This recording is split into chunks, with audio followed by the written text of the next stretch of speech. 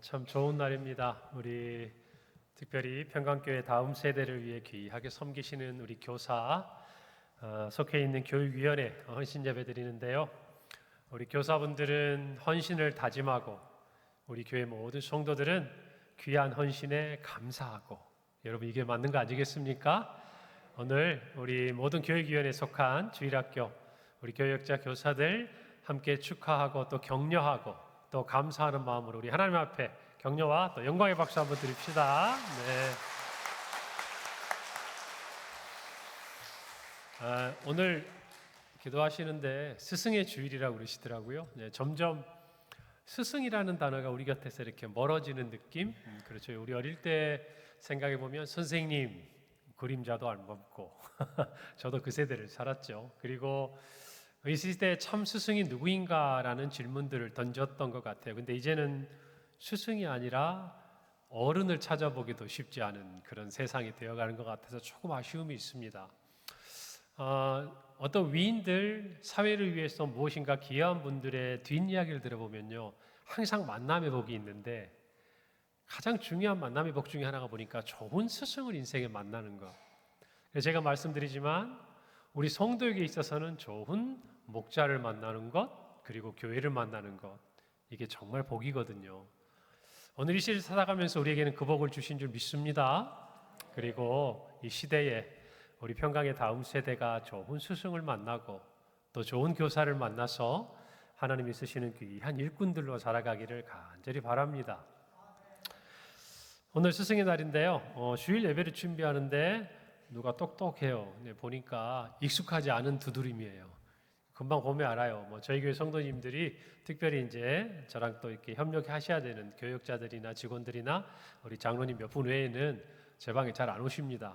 제가 이렇게 또 사역에 집중하도록 많이 도와주시는데 자주 오시는 분들이 두드리는 소리를 들으면 알아요. 익숙하게. 그런데 가끔 정말 저한테 찾아오신 분들이 두드릴 때는 리듬이 달라요. 이게 두드리는 이게 강도도 다르고, 오늘은 똑똑하다가 뭔가 망설이는 소리예요.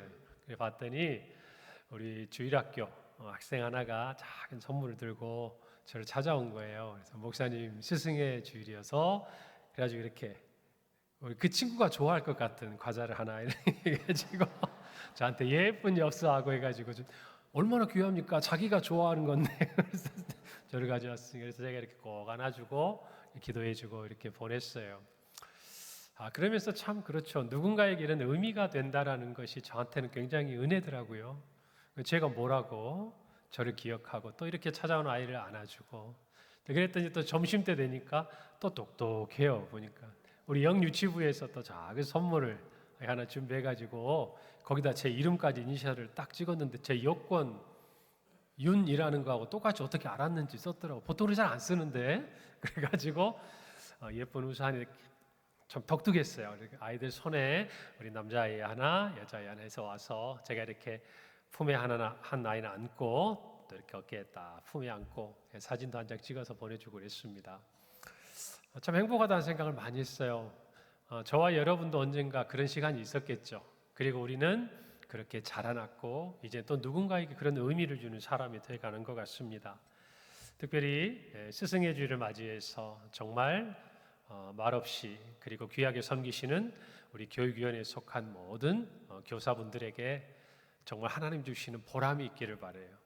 감사가 있기를 바라고 제가 여러분 대표로 받은 겁니다. 그래서 얘기한 거예요. 거기에 뭐라고 써졌냐면 평강교회 교장 선생님 윤아주 목사님 감사합니다. 이랬었으니까 내가 여러분 대표로 받은 거잖아요. 그죠? 어쨌든 우리 마음에 그런 사랑이 아직도 존경이 있다라는 거 참 저는 귀하다라고 생각을 하고 우리 교회가 참 좋다는 생각을 해봅니다. 어디서 나왔겠어요? 우리 교사들과 또 부모님들의 신앙의 귀한 가르침에서 나왔겠죠.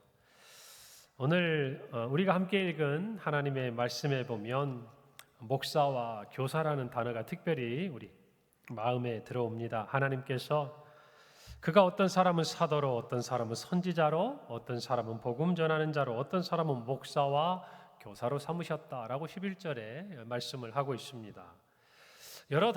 다른 여러 가지 은사가 있고 직분이 있습니다만은 그 중에서도 오늘 목사와 교사, 혹자는 이 두 가지의 직분을 설명하면서 관사가 하나이기 때문에 이 직분은 한 직분을 의미한다라고 이야기하지만 어떤 의미에서 이것은 하나이기도 하고 또 개개 독립된 부분이도 할 수 있다라고 우리는 해석할 수 있는 거예요. 그 당시에도 목사라고 하면 실제적으로 교회를 돌보고 그 다음에 성도들을 양육하는 그런 일들을 보다 집중적으로 하는 사람, 그 사람의 어떤 직분을 가리킬 때 목사라는 단어를 썼고, 교사는 사도들에게부터 전해진 예수님의 그 교훈과 말씀을 잘 보존할 뿐만 아니라 그것들을 전달하는 그 역할을 설명할 때 교사다. 그래서 오늘날의 목사는 이 목사, 돌봄 사역을 하는 목회자로서의 역할뿐만 아니라 가장 그 목회 가운데 중요한 사명이 뭡니까? 사역이 이 말씀을, 사도들에게 받은 이 말씀을 그대로 가르치는 자, 이게 가장 중요한 의미를 가지고 있어요. 그래서 어떤 의미로 보자면 오늘날의 목사는 교사이고 또 오늘날의 교사는 그와 같은 목회자의 역할을 위임받아서 다음 세대를 가르치는 귀한 사람들이라고 우리는 생각해 볼 수 있겠죠. 오늘 설교의 제목은 교사입니까? 라는 거예요. 어쩌면 우리 자신에게 한번 던져볼 수 있는 질문이 되겠죠. 그러면 교사란 도대체 어떤 사람인가? 첫 번째로 교사는요, 서두에도 말씀드렸지만 가르치는 자입니다. 어떤 사람이라고요? 가르치는 자예요. 뭔가를 가르치는 자예요.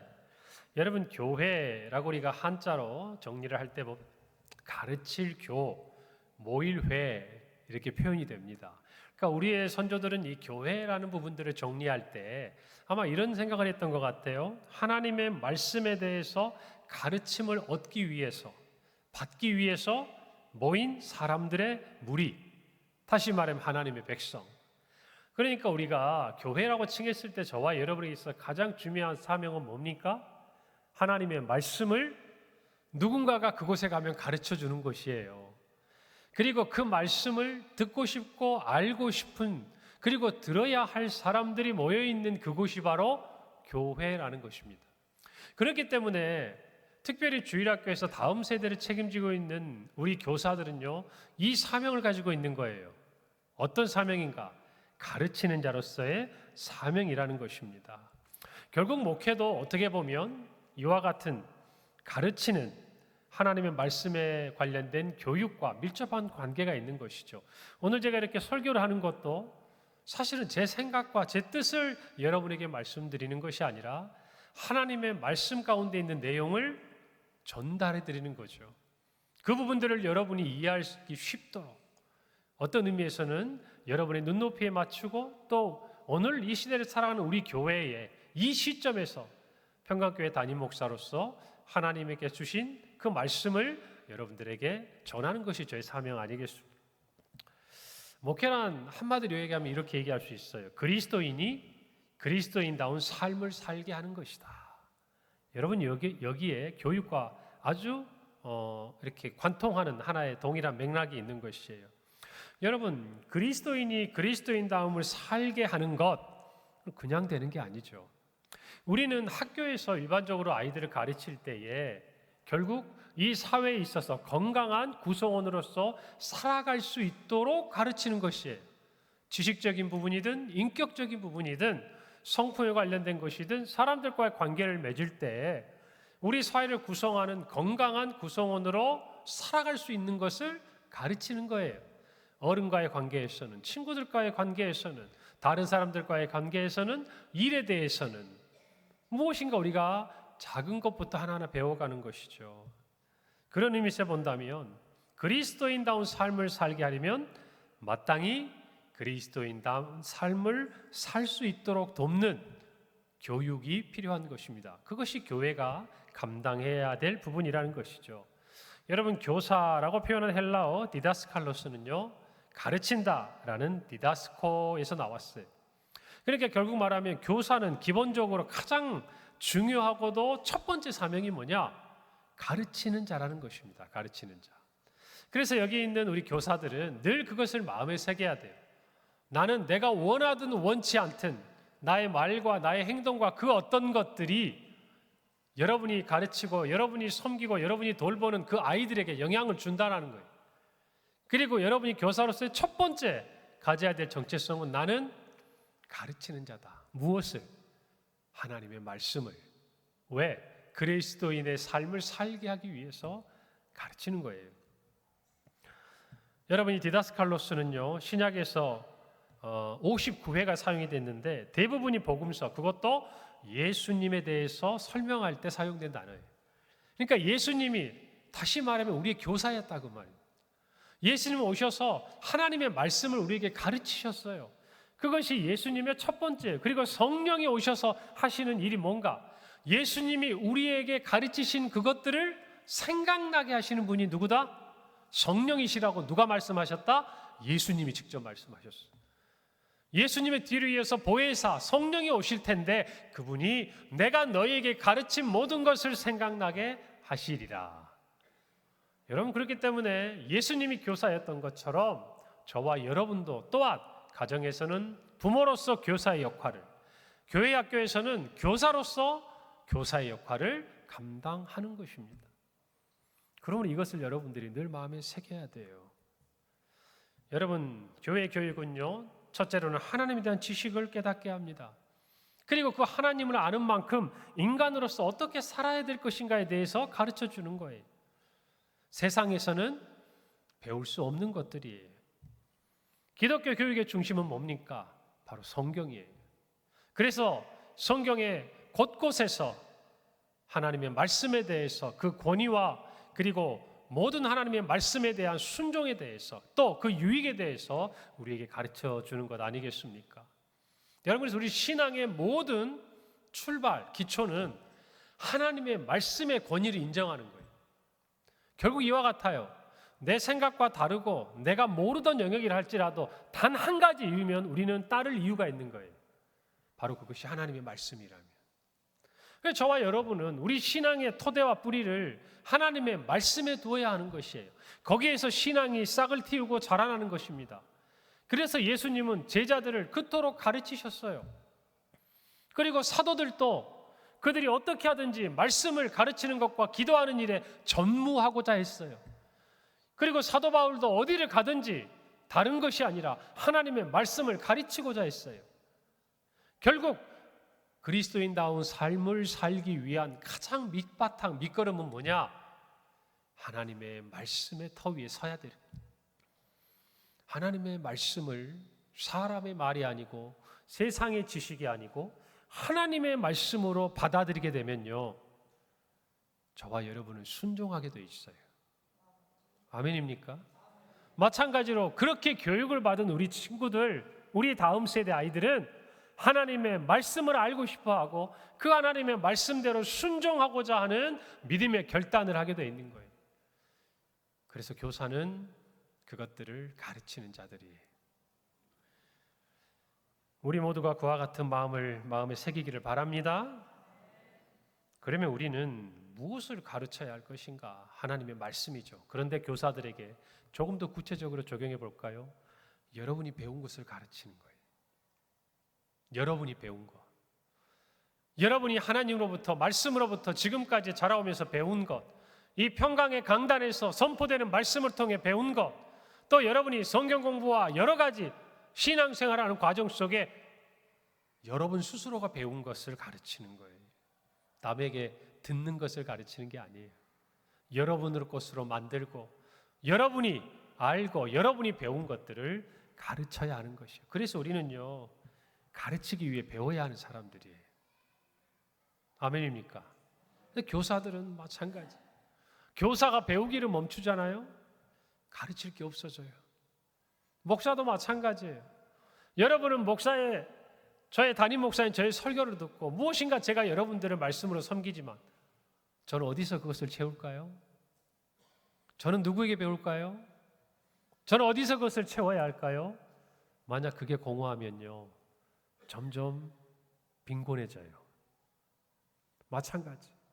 우리 모두가 누군가를 가르치려고 하려면 배우는 자가 돼야 돼요. 그래야 배운 것을 가르칠 수가 있어요.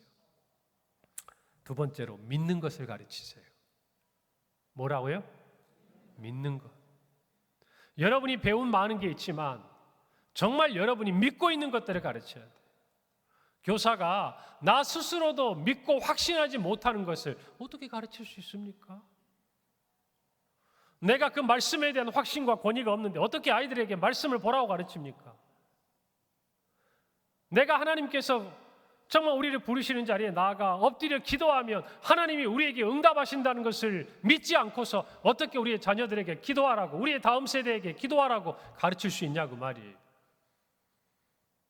그래서 교회 교육은 교사가 믿는 것을 가르치는 거예요.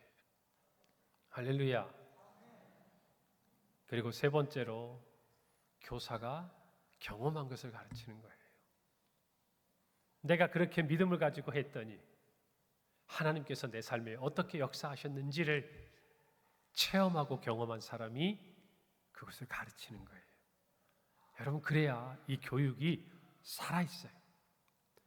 우리 모두도 마찬가지예요. 가정에서 믿음의 교육도 마찬가지예요. 아무리 우리가 좋은 이야기를 하고 우리가 아무리 좋은 것을 가르치고자 해도 내가 배운 것이 아니고 내가 믿는 것이 아니고 내가 체험한 것이 아닐 때에는 그 영향력이 반감될 수밖에 없어요.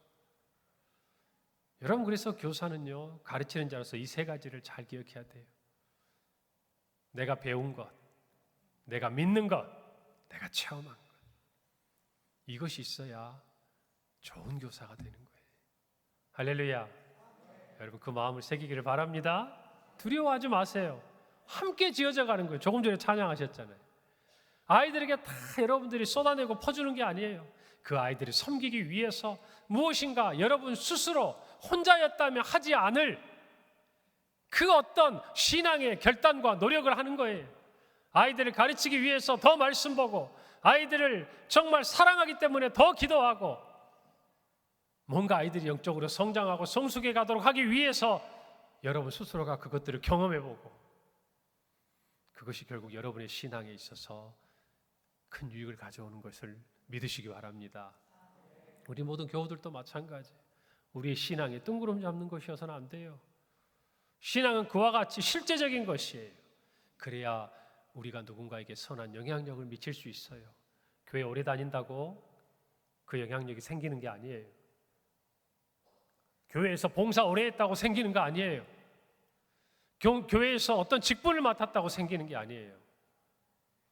가르치는 자로서 준비돼야 그 영향력이 가지고 있는 거예요. 할렐루야.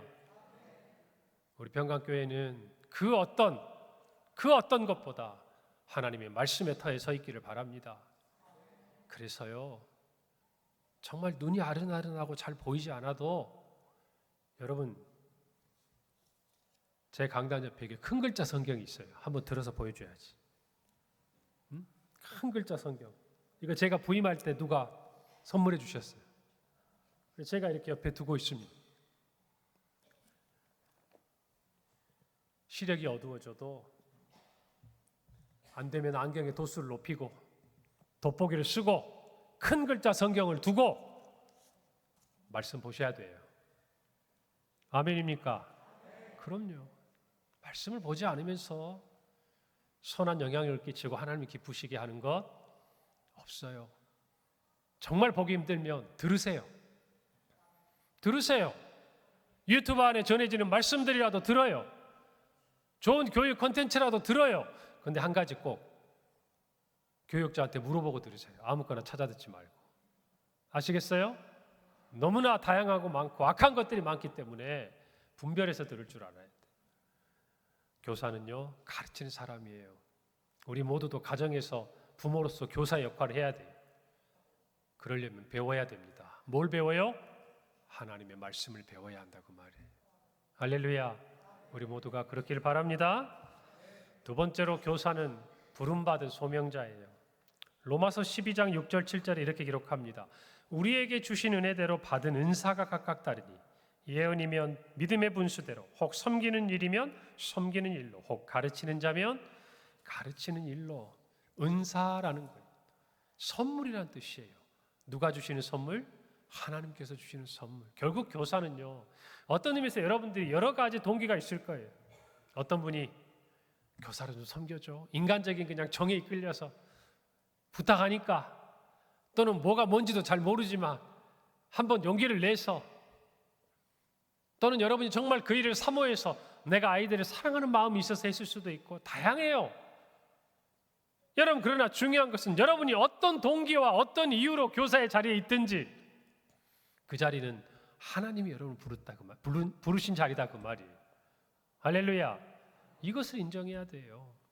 내가 결정하고 내가 뜻했지만 또 누군가의 권면이었지만 그 모든 일이 이루어지도록 우리를 교사의 자리로 부르시고 맡겨주신 것은 하나님의 뜻이다 그 말이에요.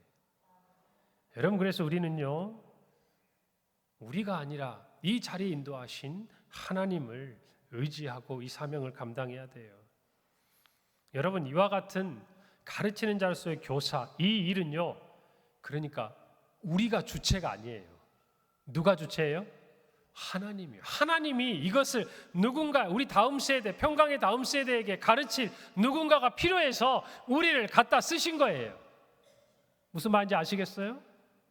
여러분이 똑똑하고 무슨 가르치는 능력이 남보다 탁월하고 그게 아니라 하나님이 여러분에게 그 은사를 주셔서 그 사명을 감당하도록 부르셨다 그 말이에요. 그리고 그 일을 감당할 수 있도록 은사를 주신 거예요. 이것을 잊어버리면 안 돼요. 그래서 이 모든 교사로서의 사역의 주체는 누구다? 하나님이시죠. 진짜 교사는 누구예요? 하나님이셔요. 우리는 이와 같이 하나님이 부르셔서 행하게 하시는, 실천하게 하시는 하나님의 부름받은 소명자들이다 그 말이에요. 이것을 잊어버리시면 안 돼요. 아시겠어요? 그래서 우리는 늘 조금 전에 말씀드렸지만 하나님한테 배워야 돼요. 이렇게 물어보면 돼요. 하나님, 이렇게 가르치면 될까요? 하나님, 이렇게 신앙생활하라고 말하면 될까요? 하나님, 이렇게 섬겨야 된다고 말하면 될까요? 이걸 누구한테 확인을 받아야 돼요? 하나님한테 받아야 된다고 말이에요. 여러분 마음대로 하는 게 아니에요. 교회 사역도 마찬가지예요. 그저 반짝이는 몇 가지 아이디어를 가지고 하는 게 아니에요. 하나님, 지금 이게 맞을까요? 우리에게 필요할까요? 하나님에게 묻고 순종하는 것, 그것이 부름받은 소명자의 자세라는 것이죠. 여러분, 오래 하고 은사가 많을수록 이 부분에서 넘어지기 쉬워요. 정말 그래요. 사회에서도 가르치는 은사가 많은 분들이 있죠. 사회에서 가르치는 일을 하신 분들도 있어요. 남보다 더 많은 경험들하고 지식도 있어요. 그러나 그런 분들이 꼭 교회 학교에서 좋은 교사가 되는 것은 아니에요. 정말 중요한 게 있거든요. 그것은 바로 그런 경험과 모든 은사를 뛰어넘는 하나님으로부터 공급받는 지혜와 지식이 필요한 것이에요. 그게 끊어지면 여러분이 세상에서는 좋은 교사가 될 수 있을지 몰라도 교회에서는 그러지 않을 수도 있어요.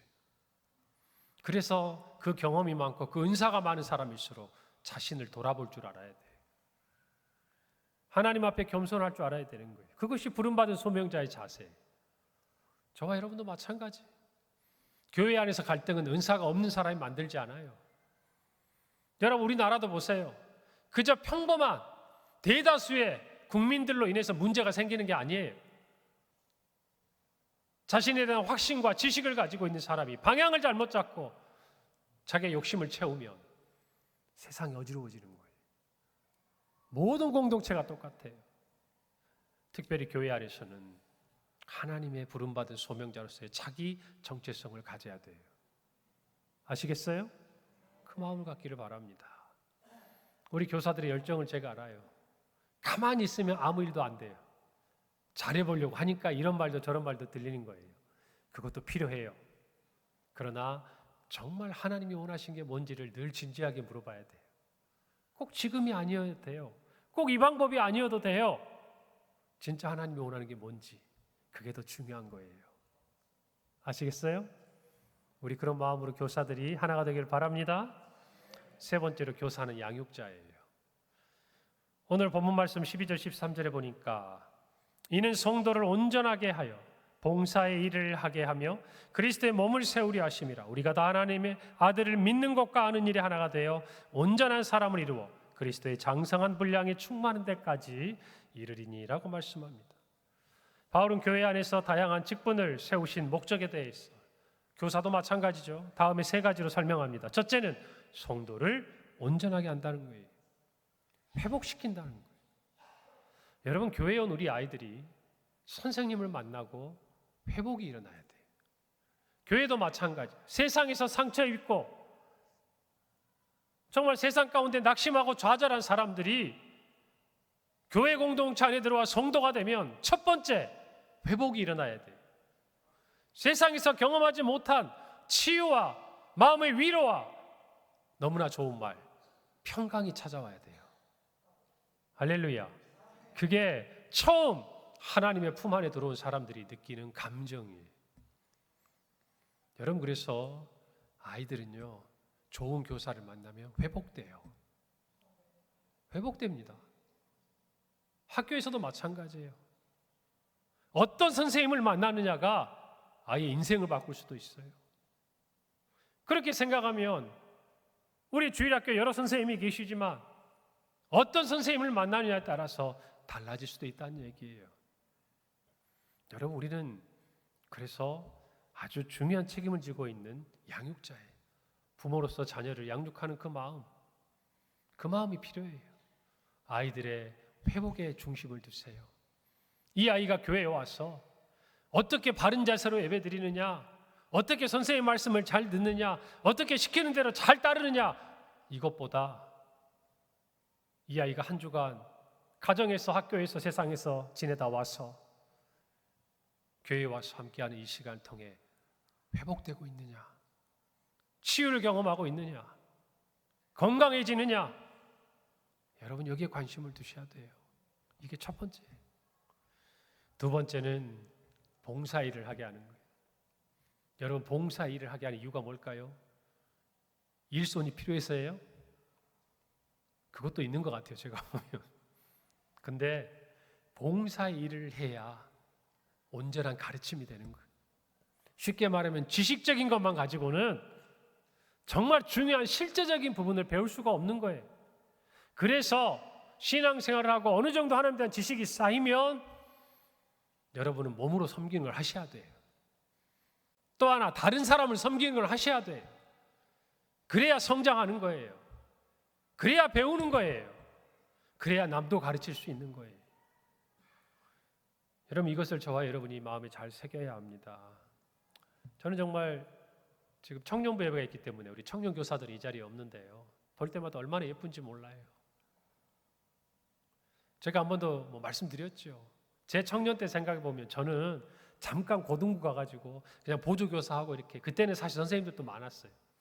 돕는 역할을 했지만 대학생이 된 다음에는 선교사로 교사를 하고 있던 선배가 잠깐 어디를 비운 사이에 제가 한 2달 고등학교 여자아이들 반을 제가 잠깐 섬긴 그 외에는 저는 교사의 역할보다는 청년의 시절에 정말 선교라든지 봉사라든지 영화원이나 또 고아원이나 군부대나 정말 마음껏 다니면서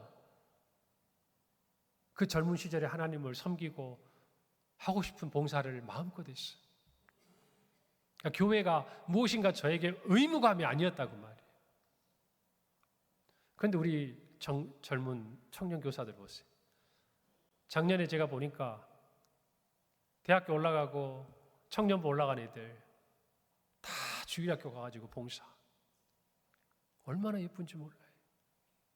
여러분, 그 아이들을 정말 귀하게 여기셔야 돼요. 할렐루야. 진짜예요. 못한다고 막 꾸짖으면 안 돼요. 진짜 격려해 줘야 돼. 진짜 예쁜 아이들이에요. 그리고 잘하는 게 이상한 거예요. 그 봉사를 하고 그 섬김을 하면서 자라가는 거예요, 그 자리에서. 여러분들이 그거를 보여주고 가르쳐 줘야 돼요. 여러분, 그런 우리 교사들이 되기를 바랍니다. 그리고 세 번째로 그리스도의 몸, 즉 교회를 세우는 일에 우리는 가르침을 줘야 돼요. 여러분이, 제가 교회 사랑에 대해서 늘 얘기하잖아요. 여러분, 역사적으로 또는 성경적으로 첫 번째로 하나님께 쓰임받은 사람은 누구보다 하나님을 사랑하는 사람들이었어요. 누구보다 주님을 사랑하는 사람들이었어요. 그런데 그 주님을 사랑하는 것을 어떻게 표현할 수가 없잖아요. 그러니까 뭘로 표현합니까? 예배로 표현하는 거예요. 예배를 목숨처럼 귀하게 여긴 거예요. 왜요? 그것이 하나님을 사랑하는 표현이었기 때문에 그래요. 그리고 내가 가진 물질을 하나님께 아끼지 않았어요. 시간도 아끼지 않았어요. 내 인생도 아끼지 않았어요. 그리고 정말 중요한 거, 그들은 다 교회를 사랑했어요. 여러분 그걸 아셔야 돼요. 이토록 바울이 지체에 대해서, 오늘 찬양 가사 마찬가지, 교회에 대해서 강조하는 이유가 그거예요. 교회를 향한 사랑은요, 하나님을 향한 여러분의 사랑의 표현이에요. 할렐루야. 우리 교사들도 마찬가지예요. 여러분이 교회를 사랑하는 거예요. 그렇기 때문에 그 아이들을 사랑하는 거예요. 그래서 교회가 세워져 가는 거예요. 그 모든 동기는 여러분이 하나님을 사랑하기 때문이에요. 힘든 일이에요. 쉬운 거 아니에요. 요즘 애들 까칠해요. 아무리 잘해줘도 한 번 마음 상하면 정말 애들답게 행동해요. 그런데 그것을 품어요. 여러분 그것을 여러분들이 마음에 새겨야 돼요. 그래서 교사로서 여러분이 세 가지를 마음에 새기기를 바랍니다. 여러분은 가르치는 자예요. 그래서 배우기를 게을리하면 안 돼요. 언젠가 빈곤해져요. 배운 것을 가르치고 믿는 것을 가르치고 체험한 걸 가르쳐야 돼요. 그래야 좋은 교사가 돼요. 할렐루야. 그리고 하나님의 부름받은 소명자로서의 그 사명을 늘 기억하세요. 바울이 말한 대로 나는 심었고 아볼로는 물을 주었을 때 오직 자라나게 하시는 분은 하나님이, 교회 교육의 책임자도 하나님이세요. 여러분은 단지 심고 뿌리는 거예요.